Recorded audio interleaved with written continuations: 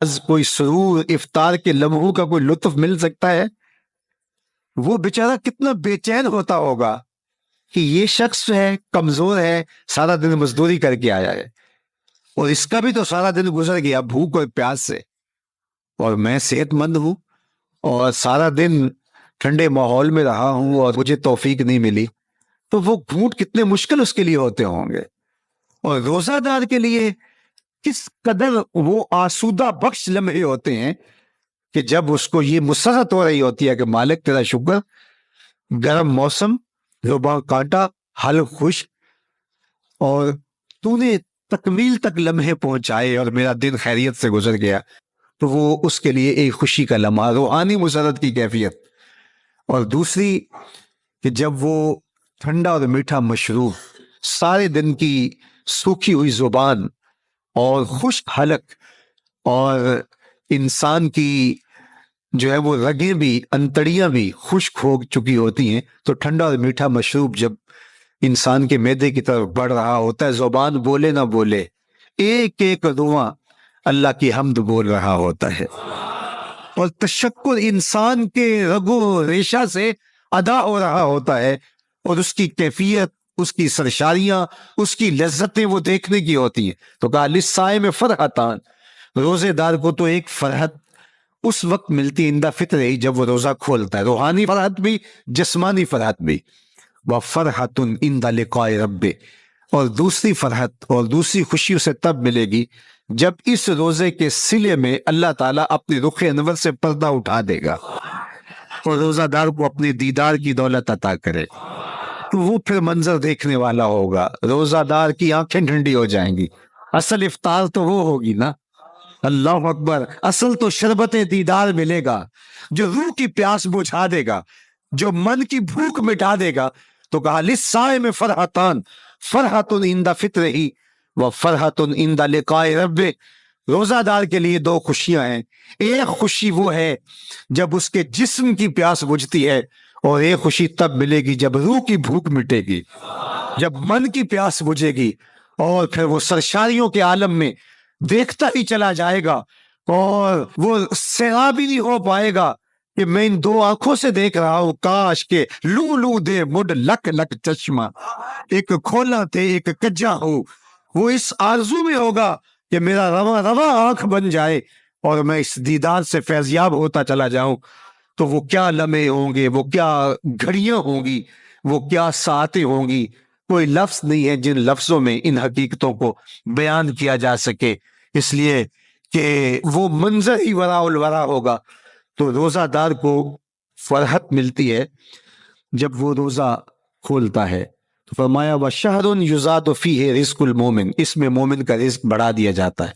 وَمَنْ فَطَّرَ فِيهِ صَائِمًا كَانَ مَغْفِرَةً لِذُنُوبِهِ، جس نے روزہ دار کا روزہ افطار کروایا، اللہ کے محبوب فرماتے ہیں کہ ایک تو خود روزہ رکھا، اور دوسری سعادت یہ ہے کہ ماہ سیام میں روزہ دار کا روزہ افطار کروایا۔ آپ شریعت بیضاء کو بنظر عمیق مطالعہ کر کے دیکھیں، ماہ سیام میں بہت زیادہ اس بات پہ زور دیا گیا ہے کہ روزہ افطار کرواؤ۔ اپنے گھر میں بیٹھ کر کے روزہ افطار کر لینا یہ بھی سعادت مندی ہے، روزہ نصیب ہو جائے، لیکن اس بات پہ بہت زور دیا گیا ہے ماہ سیام میں کہ ایک ماحول پیدا ہو، لوگوں کو افطار کروائیں تاکہ تمام لوگوں تک اللہ تعالیٰ کی نعمتیں پہنچیں، اور لوگوں تک جو ہے وہ رمضان المبارک کی برکتیں پہنچے۔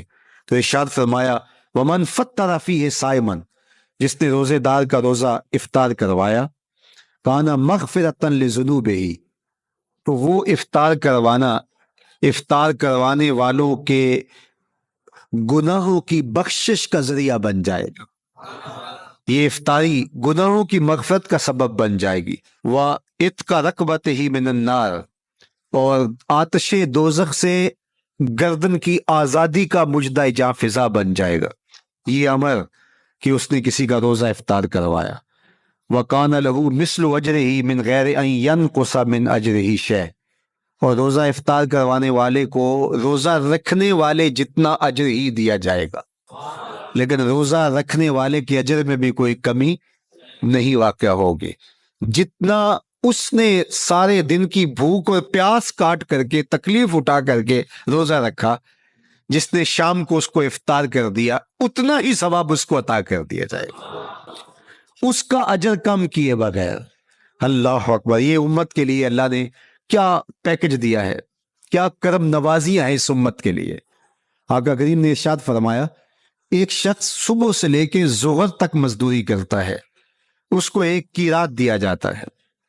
اور ایک شخص ظہر سے لے کر عصر تک مزدوری کرتا ہے، اس کو بھی 1 قیراط دیا جاتا ہے. اور ایک عصر سے لے کر مغرب تک مزدوری کرتا ہے، اس کو 2 قیراط دیے جاتے ہیں. فرمایا پہلی مثال یہود کی ہے، دوسری مثال نصارہ کی ہے، اور تیسری مثال میری امت کی ہے. یہودیوں نے اور عیسائیوں نے اس پہ اعتراض کیا کہ ہمارا اجر کیوں تھوڑا ہے؟ تو میرے اور آپ کے آقا و مولا نے فرمایا تمہارا تھوڑا نہیں، ہمارا زیادہ ہے. آج کل اگر 1000 روپیہ مزدوری چلتی ہو مزدور کی، تو کوئی شخص صبح سے شام تک ایک شخص سے مزدوری کروائے اور 1000 روپیہ دے دے، اور دوپہر کو اڈے سے جا کے ایک مزدور اور لے آئے اور شام کو اس کو بھی 1000 روپیہ دے آئے، اور ایک شخص کو عصر کے وقت لائے اس کو 2000 روپیہ دے دے، تو 1000 والا کہے کہ میرے سے زیادتی ہوئی ہے، تو اس سے زیادتی تو نہیں ہوئی، اسے تو پوری مزدوری دی گئی ہے. اب اس پہ مہربانی ہوئی ہے، اس پہ رحمت ہوئی ہے. تو کہا یہود اور نصارہ کی یہ مثال ہے، ایک صبح سے ظہر تک مزدوری کرے اس کو 1 قیراط، ایک ظہر سے عصر تک مزدوری کرے اس کو بھی 1 قیراط، اور تیسرا بہت تھوڑا وقت عصر سے مغرب تک مزدوری کرے اس کو 2 قیراط. کہا یہ امت محمدیہ علی اصحابہ الصلوات کو دیا گیا نور ہے. تو ایک شخص نے سویر سے لے کر شام تک روزہ رکھا، بھوک کاٹی، پیاس کاٹی، سخت شدت کی گرمی سہی، اور ایک شخص نے شام کے وقت اس کو روزہ افطار کروا دیا. اور سنو حضور علیہ الصلوۃ والسلام کا فرمان، جب حضور نے فرمایا کہ اس کو پورا اجر ملے گا پہلے کے اجر کو کم کیے بغیر، تو صحابہ کا تو دل تڑپنے لگا کہ یہ کتنی بڑی بات ہے. اب آپ جانتے ہیں کہ یہ زمانہ ایسی معاشی خوشحالیوں کا نہیں تھا، لوگوں کے پاس تو نان شبینہ بھی میسر نہیں ہوتا تھا. تو صحابہ نے جو سوال کیا، قالوا یا رسول اللہ صلی اللہ علیہ وسلم، انہوں نے کہا ہے اللہ کے پیارے رسول صلی اللہ علیہ وسلم، لیسا کلنا یجد ما یفطر الصائم، ہم میں سے تو ہر بندہ یہ طاقت نہیں رکھتا کہ روزہ دار کو روزہ افطار کروا دے. تو یہ اتنی بڑی سعادت، تو یہ تو پھر اہل زر ہی یہ سعادت حاصل کر پاتے ہیں. ہمارے جیسے لوگ تو پھر جو مال و دولت نہیں رکھتے تو وہ تو پھر یہ سعادت نہیں حاصل کر پائیں گے. تو میرے اور آپ کے آقا و مولا نے کیا فرمایا؟ قال، حضور نے ارشاد فرمایا، یؤتی اللہ ھذا الثواب، یہ ثواب اللہ اس شخص کو بھی عطا کرے گا، من فطر صائما علی مزقۃ لبن او تمرۃ او شربۃ من ماء. فرمایا کہ یہ اجر اللہ اس کو بھی عطا کرے گا جس نے کسی کا روزہ 1 گھونٹ دودھ سے کھلوا دیا، یا 1 کھجور سے کھلوا دیا، یا پانی کے 1 گھونٹ سے اس کا روزہ افطار کروا دیا. لازمی نہیں ہے کہ دسترخوان سجا ہو، انواع اقسام کے کھانے پڑے ہوں اور وہ افطاری ہی افطاری قرار پائے گی. جس نے کسی کو وہاں باہر ٹوٹیوں سے پانی کا گلاس بھر کے، کٹورا بھر کے سادہ پانی بھی پیش کر دیا تو اس کو بھی ثواب مل جائے گا. کتنا ثواب ملے گا؟ پورا روزہ رکھنے کا ثواب اس کو ملے گا. کتنی رحمتوں کی لوٹ سیل لگی ہے. کوئی ایسے بھی بانٹتا ہے، کوئی ایسے بھی کرم نوازیاں ہوتی ہیں، لیکن میرے رب کے خزانے کتنے کھلے ہیں. میں نے مدینہ المنورہ میں ایک شخص کو دیکھا کہ وہ روزے کے وقت وہاں سے ہی گلاس لیتا اور زمزم سے بھرتا اور روزہ داروں کے آگے رکھتا چلا جاتا، اور روزانہ اس کا یہ عمل ہوتا. نماز عصر کے بعد شروع ہوتا، جتنی اس کی پہنچ ہوتی ہر ایک کے آگے رکھتا چلا جاتا. پانی بھی وہاں سے لیا، گلاس بھی وہاں سے لیا. اللہ اکبر. فرمایا دودھ کا 1 گھونٹ یا پانی کا 1 گلاس یا 1 کھجور اس نے کسی کو پیش کی اور اس نے اس سے روزہ کھولا. اللہ کے محبوب فرماتے ہیں پہلے کے اجر میں بغیر کسی کمی کے اس کو پورا ثواب روزے کا نصیب ہوگا. اللہ اکبر. اب سنو، پھر حضور نے ارشاد فرمایا ومن اشبع صائمن، اور جس نے صحیح اہتمام کے ساتھ روزے دار کو اچھا کھانا کھلایا، اچھی پرتکلف افطاری دی، سقاہ اللہ من الحوض شربتا لا یظمأ حتی یدخل الجنہ، اس کو حوض کوثر سے ایسا جام ملے گا کہ اس کو کبھی پیاس نہیں ملے گی یہاں تک کہ جنت میں چلا جائے گا۔ اللہ اکبر، اس کو کوثر کے جام نصیب ہوں گے حشر کی گرمی میں۔ اور آپ کو معلوم ہے، علماء سے آپ نے بارہا سنا ہوگا کہ جام کوثر جس نے ایک بار پی لیا، پھر 50,000 سال کے دن میں اس کو دوبارہ پیاس نہیں لگے گی۔ یہ جام کوثر کی خصوصیت ہے۔ فرمایا وَهُوَ شَهْرٌ أَوَّلُهُ رَحْمَةٌ، یہ وہ مہینہ ہے جس کے پہلے 10 دن رحمت ہیں اور اس کا درمیانی عشرہ مغفرت ہے، وَآخِرُهُ عِتْقٌ مِّنَ النَّارِ، اس کا آخری عشرہ جو ہے وہ آتش دوزخ سے نجات کا ضامن ہے۔ فَاسْتَكْثِرُوا فِيهِ مِنْ 4 خِصَالٍ، کہا کہ 4 کام اس مہینے میں کثرت کے ساتھ کرو۔ خصلتان ترضون بہما ربکم، 2 کام تو وہ ہے جس سے تم اپنے رب کو راضی کرو گے۔ وخصلتان لا غنا بکم عنہما، اور 2 کام ایسے ہیں کہ ان سے بے نیاز نہیں ہو سکتے، تو وہ تمہیں کرنے پڑیں گے۔ اما الخصلتان اللتان ترضون بہما ربکم، وہ 2 خصلتیں، 2 کام جن کے ذریعے سے تم اپنے رب کو راضی کر سکو۔ فشہادت اللہ الہ الا اللہ، وہ گواہی دینا ہے لا الہ الا اللہ، وتستغفرونہ، اور تم کثرت سے استغفار کرو، اللہ سے بخشش مانگو۔ یہ 2 کام تم نے کرنے ہیں۔ وَأَمَّا الْخَصْلَتَانِ اللَّتَانِ لَا غِنَىٰ بِكُمْ عَنْهُمَا، اور وہ چیزیں جن کے بغیر تمہیں چارہ نہیں ہے۔ فَتَسْأَلُونَ الْجَنَّةَ وَتَعُوذُونَ مِنَ النَّارِ، اللہ سے جنت طلب کرو اور دوزخ سے پناہ مانگو۔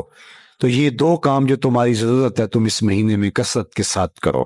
تو یہ مہینہ رحمتوں کی لوٹ سیل کا مہینہ ہے، یہ کرم نوازیوں کے امٹتے ہوئے دھارے ہیں، یہ سیل رحمت ہے جو کہ من کی سیرابی کا سبب و ذریعہ ہے۔ خوش نصیب ہیں جو ماہ سیام کو خوبصورتی کے ساتھ بسر کرتے ہیں، اس کے آنے سے پہلے استقبال کرتے ہیں، گھروں میں صفائی کریں، اہتمام کریں، مساجد میں اہتمام کریں، تاکہ بچوں میں یہ شوق پیدا ہو کہ ماہ سیام آ رہا ہے۔ جب ہم بچے تھے تو ہمارے والدین رمضان المبارک سے قبل ہی رمضان المبارک کی تیاریاں شروع کر دیا کرتے تھے۔ اس وقت گھر میں شربت تیار ہوا کرتے تھے گڑ کے، اور وہ پہلے ہی مائیں گھر میں تیاری کرنا شروع کر دیا کرتی تھی۔ ایک شوق پیدا کرنا مقصود ہوتا ہے۔ تو کچھ چیزیں ایسی ہیں کہ آرڈر لکھے اور 1 سیکنڈ میں گھر پہنچ جائے، لیکن کچھ چیزیں یہ جو ہے وہ تیار کرنی چاہیے، شوق پیدا ہو گھروں کے اندر۔ ماؤں کو چاہیے کہ افطاری کو اہتمام کے ساتھ تیار کریں تاکہ بچوں کو شوق پیدا ہو۔